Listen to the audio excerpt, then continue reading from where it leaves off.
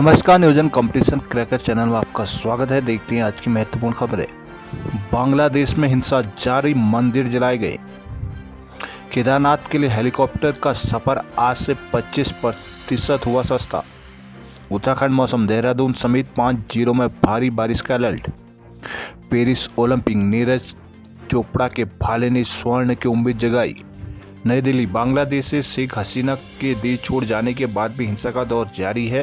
उपद्रवियों ने मंदिरों में आग लगा दी, मूर्तियां तोड़ दी गई, हिंदुओं के घरों दुकानों में तोड़फोड़ की गई। संसद में मंगलवार को हिंदुओं पर तेज हो रहे हमले पर चिंता जताई गई। विदेश मंत्री एस जयशंकर ने राज्यसभा लोकसभा में दिए बयान में कहा कि पड़ोसी देश में कई स्थानों पर अल्पसंख्यकों मंदिरों पर हमले चिंताजनक है। उन्होंने कहा कि सरकार वहां की स्थिति पर लगातार नजर बनाए हुए। ढाका में मौजूद भारतीय अधिकारी लगातार संपर्क में, सीमा पर सुरक्षा बल कड़ी सतर्कता बरत रहे। उन्होंने कहा कि बांग्लादेश में 19,000 भारतीय हैं, जिनमें से 9,000 छात्र हैं। कुछ जुलाई में अधिकतर छात्र लौट चुके हैं, जिनके पूर्व विदेश मंत्री शरीफ अली बैठक में कहा कि शेख हसीना को भारत ने मदद का भरोसा दिलाते हुए भविष्य की रणनीति तय करने के समय दिया है। बैठक में नेता प्रतिपक्ष राहुल गांधी ने बांग्लादेश की स्थिति पर सरकार की रणनीति के बारे में सवाल पूछे। सूत्रों ने बताया कि पड़ोसी के हालात पर दिल्ली में महत्वपूर्ण बैठक हो रही है, जिससे राष्ट्रीय सुरक्षाकार अजीत डोभाल भी पहुंचे और गृह मंत्री अमित शाह से भी मुलाकात की गई।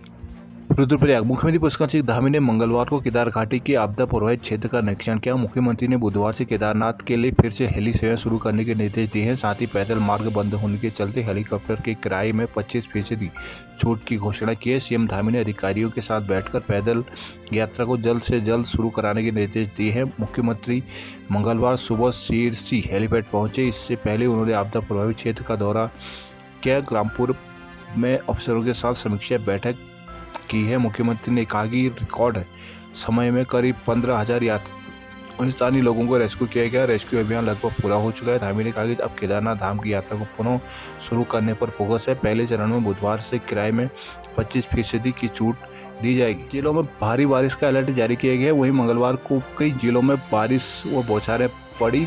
उत्तराखंड मौसम विभाग के निदेशक डॉक्टर विक्रम सिंह ने बताया कि बागेश्वर जिले में भारी से बहुत भारी बारिश का ऑरेंज अलर्ट जारी किया। वहीं देहरादून, पिथौरागढ़, नैनीताल के अलावा चंपावत जिले में तेज बारिश की आशंका है। जिलों के लिए येलो अलर्ट जारी किया गया। इसके अलावा कहीं कहीं पर आकाशीय बिजली भी चमक सकती है।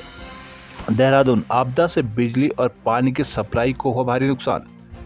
उत्तराखंड के सांसद आपदा से टूटी सड़कों को लेकर मिले गडकरी से।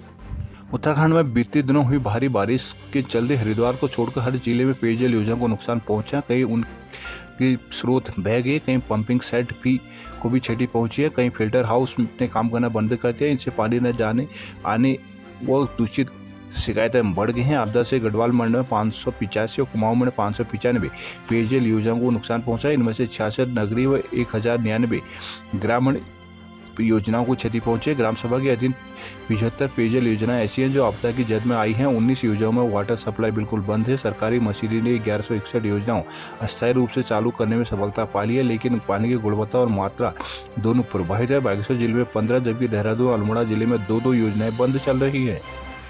उत्तराखंड के 5 लोकसभा सांसदों ने मंगलवार को नई दिल्ली में केंद्रीय सड़क परिवहन और राजमार्ग मंत्री नीतीश गडकरी से मुलाकात की। सांसदों ने राज्य में आपदा से क्षतिग्रस्त सड़कों और राजमार्गों के सुधार के लिए सहयोग का अनुरोध किया है। उत्तराखंड के 5 लोकसभा सांसद केंद्रीय सड़क परिवहन और राजमार्ग राज्य मंत्री अजय टम्टा के साथ केंद्रीय मंत्री से मिलने पहुंचे। इस दौरान सांसदों ने बताया कि उत्तराखंड में अनेक स्थानों में भारी बारिश, बाढ़ और भूस्खलन से सड़कों को भारी नुकसान हुआ है।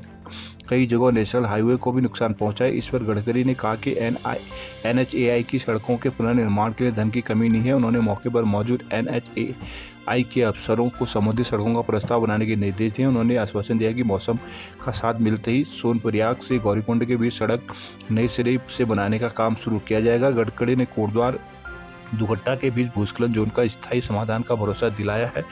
वहीं गढ़वाल सांसद अनिल बलूनी ने कहा कि हर मानसून सीजन में यहाँ पर भूस्खलन से यात्रा प्रभावित हो सकता है। बलूनी ने बताया कि केंद्रीय मंत्री ने यह भी आश्वस्त किया कि उत्तराखंड में जहाँ भी टनल की जरूरत है उनका भी प्रस्ताव दे। प्रतिनिधिमंडल में हरिद्वार सांसद अरविंद रावत, अल्मोड़ा सांसद अजय भट्ट तथा टिहरी सांसद राज्य लक्ष्मी शाह भी मौजूद रहे। पौड़ी में गधेरी में डूबने से गई 2 युवकों की जान। श्रीनगर, 20 अस्पताल में डेंगू मरीजों के लिए बेड आरक्षित। श्रीनगर NIT में PG कोर्स के लिए परीक्षा कल। बीरोखाल में तहसील संचालन को बाजार बंद, जुलूस निकला। रुद्रप्रयाग केदारनाथ पैदल मार्ग यात्रा 7 दिन में होगी शुरू।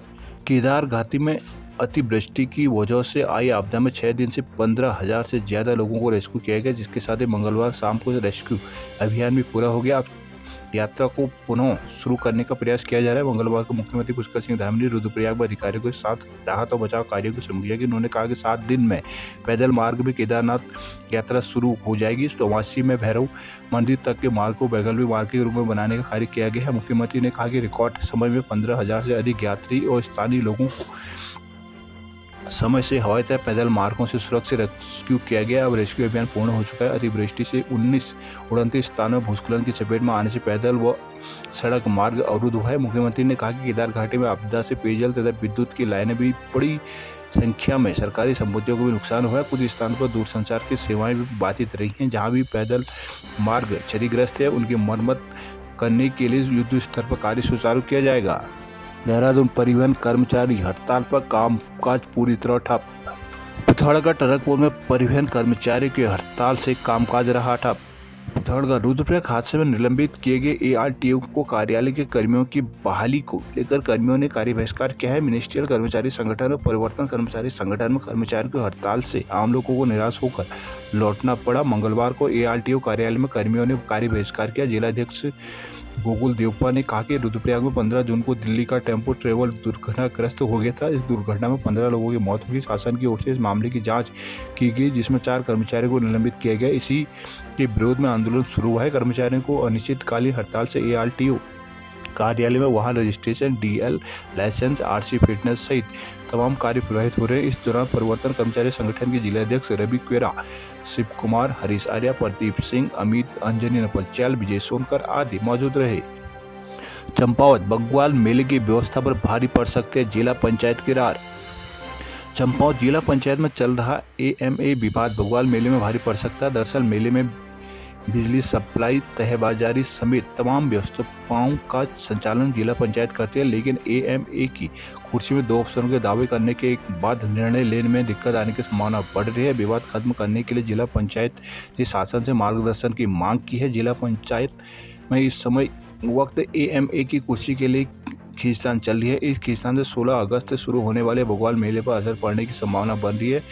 असल में जिला पंचायत बग्वाल मेले का संचालन करती है। इसी को देखते हुए जिला पंचायत ने 18 जुलाई से मेले की तैयारी शुरू कर दी थी। मंदिर में पुताई का काम चल रहा है। प्रकाश व्यवस्था, सफाई व्यवस्था आदि के लिए टेंडर प्रक्रिया शुरू किए जा चुके हैं। जिला पंचायत 7 किलोमीटर के पूरे क्षेत्र में प्रकाश व्यवस्था करती है। इसके अलावा मेला क्षेत्र में सफाई व्यवस्था के लिए 25 स्वेच्छकों की तैनाती की जाती है। CCTV कैमरे, विभागीय स्टॉल, मंच की साज सज्जा, साउंड व्यवस्था के अलावा तय बाजारी भी जिला पंचायत वसूलती है। AMA की कुर्सी को लेकर विवाद के बाद अब बग्वाल मेले पर इनकी छाया पड़ने की व्यवस्था जताई जाने लगी है।